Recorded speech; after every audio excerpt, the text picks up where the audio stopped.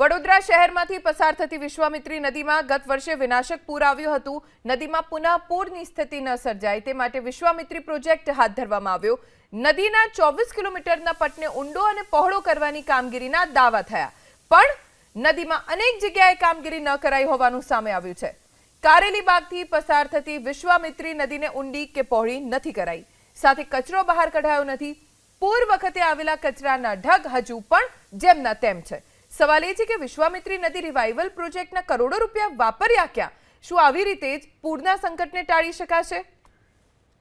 ગત વર્ષે આવેલા વિનાશક પૂર બાદ તાત્કાલિક મુખ્યમંત્રીએ જાહેરાત કરી 1200 કરોડ રૂપિયા વિશ્વામિત્રી રિવાઇવલ પ્રોજેક્ટ કેવો થયો છે બતાવવા જઈ રહ્યા છે।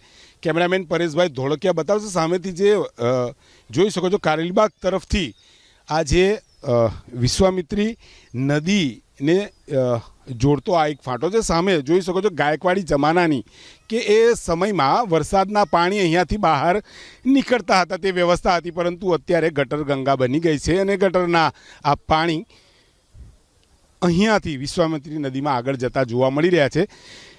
જે વિશ્વામિત્રી રિવાઇવલ પ્રોજેક્ટની વાત કરે છે પરેશભાઈ, સામે બતાવો આ જે વિશાળ મહાકાય અહીંયા પહાડ જેવી આ જગ્યાઓ દેખાઈ રહી છે।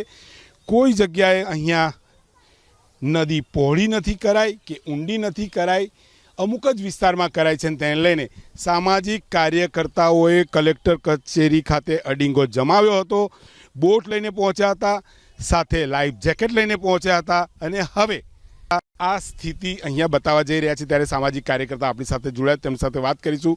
કમલેશભાઈ, શું કહેશો? કાગળ ઉપર તો ઘણું બધું બતાવવામાં આવી રહ્યું છે, વાસ્તવિક સ્થિતિ પર અત્યારે આપણે અહીંયા પહોંચ્યા છે, તમે પણ આવ્યા છો।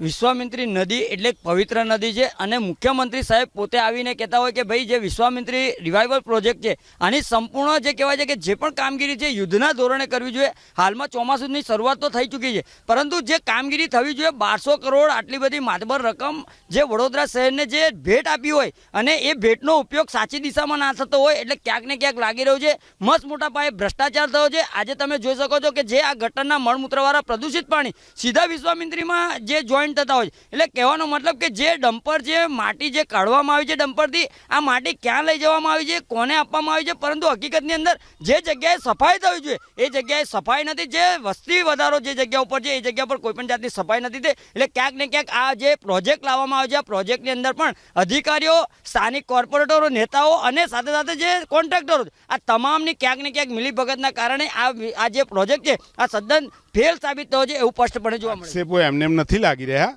દ્રશ્યો ઘણું બધું કહી જાય છે। વિશ્વામિત્રી રિવાઇવલ પ્રોજેક્ટ નામ ઘણું સારું આપ્યું છે, 100% કામગીરી પૂર્ણ થયાના દાવા થઈ રહ્યા છે। જે રીતે ગૃહમંત્રી હર્ષ સંઘવી આવ્યા, સારી જગ્યાએ દર્શન કરાવ્યા, મુખ્યમંત્રી આવ્યા, સારી જગ્યાએ તેમને કામગીરી બતાવવામાં આવી, પરંતુ શહેરીજનો તૈયાર રહે। જો ગત વર્ષે 20 ઇંચ વરસાદ અને ઉપરવાસના પાણી છૂટ્યા હતા, જે ભયંકર સ્થિતિ થઈ હતી, જો આ વખતે એટલો જ વરસાદને ઉપરવાસના પાણી આવે તો અહીંયા શક્યતાઓ ઓછી થતી નથી। પુરાવાનું સંકટ ટાળી શકવાના પ્રયાસો જરૂર થયા છે, પરંતુ હવે જોવાનું એ રહે છે કે આવનાર સમયમાં જો ભારે વરસાદ થાય તો શહેરની સ્થિતિ શું થાય છે।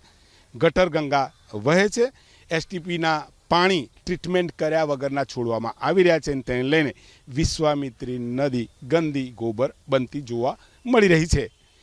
કેમેરામેન પરેશ ધોળકિયા સાથે લોરેન્સ પરમાર, એબીપી અસ્મિતા, વડોદરા।